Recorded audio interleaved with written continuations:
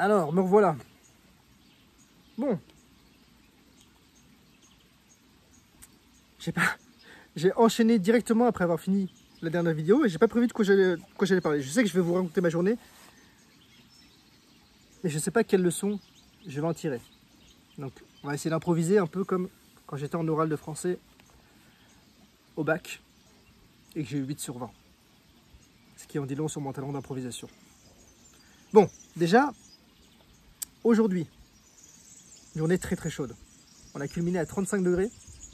Là, je suis arrivé il y a à peu près 1 ou 2 heures et je me suis mis à l'ombre parce que les températures sous la chaleur sont vraiment, j'allais dire extrêmes, mais en fait, c'est assez supportable. Dans le sens où c'est de l'air assez sec. Je n'étais pas plein de sueur, etc. Je n'étais pas en mode ah, je vais crever. Mais dans tous les cas, je me disais que ça me ferait une bonne préparation à la chaleur, étant donné que, a priori, je pars en Irak dans 3 semaines. Donc pour ceux qui vont voir les images, parce que je ferai des images sur ce voyage, ben, je vous invite à rester à l'affût. Je ne vais pas vous dire de vous abonner si vous êtes déjà abonné. Mais bref, là, comme je l'ai dit, je suis en train de traverser un plateau central de 175 km, la Meseta, qui est réputée pour être très pénible, très long, très monotone, et ça va s'accentuer dans les jours qui viennent. Et il y a même certains pèlerins qui prennent le bus de Burgos à Léon, ce que je trouve honnêtement très stupide, mais qui donne beaucoup de flair tordre physiquement comme mentalement, et qui du coup est d'autant plus intéressant, je trouve. Personnellement, la chaleur m'a pas trop gêné, mais je sentais qu'elle me fatiguait mentalement. C'est vraiment une ligne droite où il n'y a aucun point d'instinctif pour vous dire « Ah d'accord, là je viens d'avancer ». Il y a peut-être un petit arbre par-ci par-là, mais c'est tout. Il n'y a pas un seul truc d'ombre, il n'y a rien pour faire une pause. C'est vraiment une ligne droite. Donc c'est une belle épreuve et qui m'a donné le temps de penser. Et je ne sais pas comment je vais appeler cette vidéo, mais au départ, cette vidéo, je voulais l'appeler « Je suis un demi-dieu ». Vous allez voir pourquoi j'ai dit ça. Je me suis dit, mais les gens, ils vont cliquer sur la vidéo, ils vont m'insulter ils vont m'insulter en commentaire, ils vont me dire « Oh, t'as fumé quoi ?» Mais vous allez comprendre pourquoi je dis ça. Il faut savoir que Alexandre le Grand, sa mère, l'avait convaincu que c'était un demi-dieu. Qu'elle était humaine et qu'il était le fils d'un dieu. Et parce qu'il était tellement convaincu de ça, parce qu'il avait grandi avec cette conviction, c'est ce qui lui permet de partir en guerre, de partir conquérir le monde, parce qu'il se pensait immortel. Et au global, c'est quelque chose qui est avéré maintenant avec les études, on va dire, de psychologie et peut-être de psychiatrie infantile. C'est l'impact que peuvent avoir nos parents sur nous, mais surtout dans la mesure de ce qu'ils vont nous dire. Les compliments qu'ils vont nous faire, le socle qu'ils vont construire. On ne va pas se construire tout seul en tant que modèle. La confiance en soi, par exemple, c'est pas que de l'acquis. Enfin, c'est pas de l'inné, mais c'est construit par nos parents. Les gens qui ont confiance en eux, c'est les gens à qui leurs parents leur ont dit je sais pas, peut-être qu'ils étaient HPI, peut-être qu'ils étaient surdoués, peut-être qu'ils étaient excellents dans ci, dans ça. Et il y a plusieurs témoignages de gens qui disent moi j'ai fait des grandes études et je me suis jamais posé la question de est-ce que j'avais la légitimité de les faire ou pas, ou est-ce que j'allais y arriver, parce que aux yeux de mes parents, j'ai toujours entendu dire que j'étais surdoué. Parce que vous savez bien, tous les parents pensent que leur enfant, enfin tous les parents, là, beaucoup de parents pensent que leur enfant est HPI, surtout dans des milieux sociaux très aisés. D'ailleurs, j'avais écouté un podcast là-dessus qui s'appelait non, votre enfant n'est pas HPI, vous êtes juste riche. Et en fait, généralement, les gens aisés, ils ne supportent pas d'avoir un enfant qui est golemon. Donc il se convainc que oui, il est un peu différent, je lui fais la méthode Montessori, là il fait une tempête émotionnelle. Voilà, s'il se bave dessus, c'est qu'il est juste con. Hein. Bon voilà. Mais oui, c'est chiant d'avoir un enfant qui est bête, mais on peut quand même l'aimer, hein. Il n'y a pas que ça dans la vie. Et toujours est-il que ces enfants-là, ces enfants qui ont plus de moyens, c'est pas que pour ça. C'est pas que grâce aux moyens de leurs parents qui réussissent. C'est parce que dès leur enfance, ils sont conditionnés au fait qu'on les persuade, qu'ils sont des génies, qu'ils sont brillants, qu'ils vont achever de grandes choses.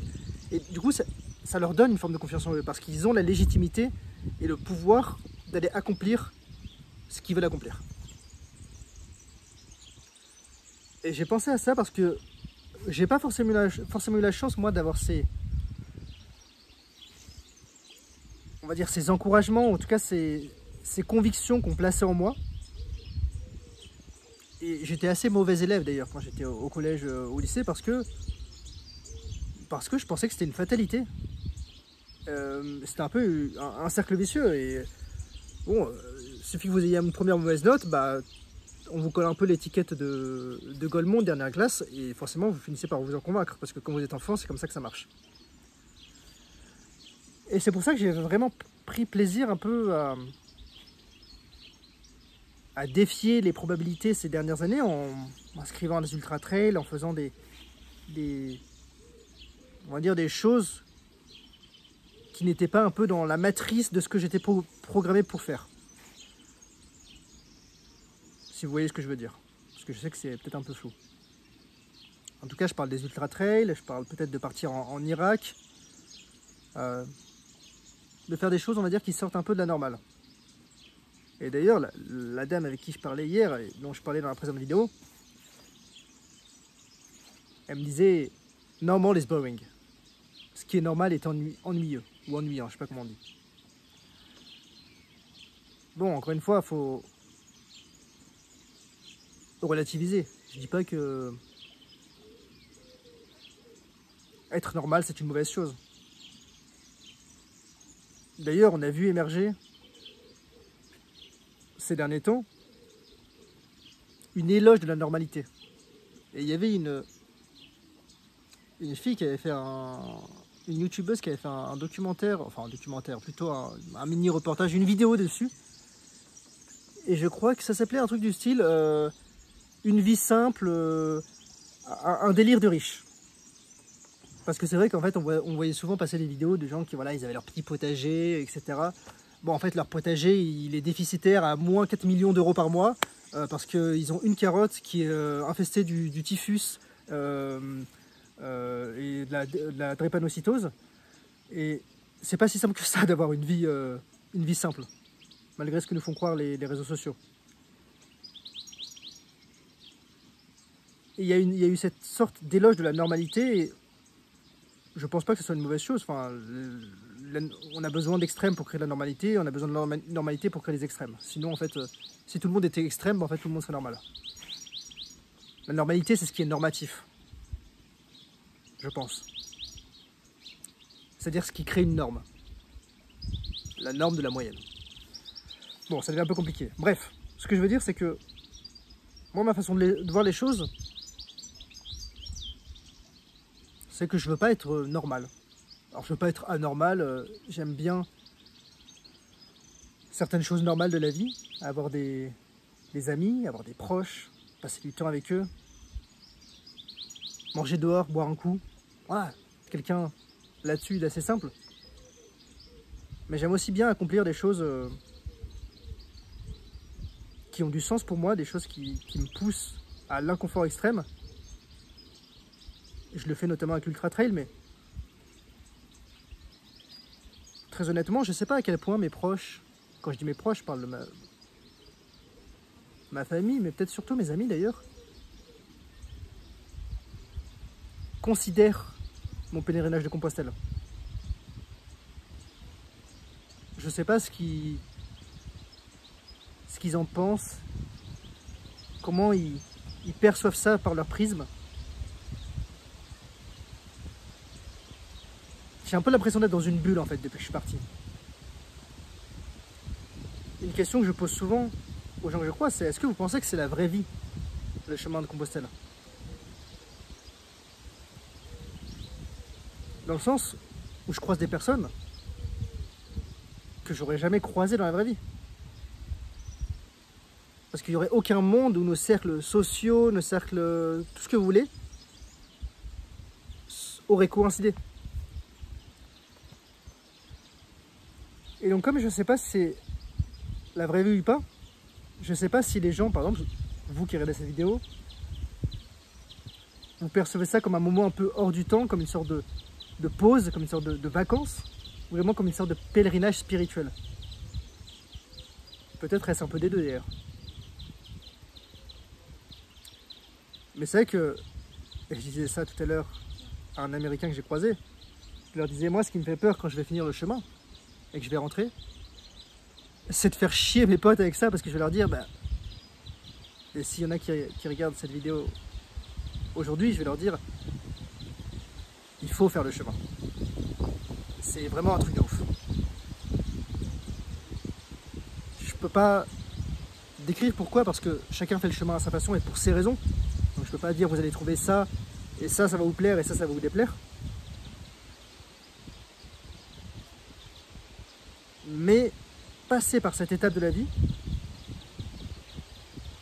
pourvu que l'on ait le temps de le faire, parce qu'il s'agit vraiment de temps, il ne s'agit pas de moyens, honnêtement, ça peut se faire avec très peu de moyens, mais de temps, je pense vraiment que c'est un truc à faire dans la vie. Et vous savez, moi j'ai 27 ans, je me disais, ah, qu'est-ce que j'aurais aimé le faire quand j'avais 20 ans. Mais je croise des gens qui ont 80 ans et qui me disent pareil. J'ai croisé des gens qui avaient 80 ans, j'exagère pas. Donc je suis content de le faire à mon âge. Et ça permet de comprendre certaines choses. Et si un jour vous avez la possibilité de le faire, seul, pas avec des amis, pas avec des proches, je vous encourage vraiment à le faire. C'est vraiment quelque chose d'ineffable. Voilà, comme ça je vous laisserai sur votre faim et je vous donnerai pas trop de détails. Bon, je vous remercie de m'avoir écouté. C'était Mathieu. Je vous dis à la prochaine. Ciao, ciao.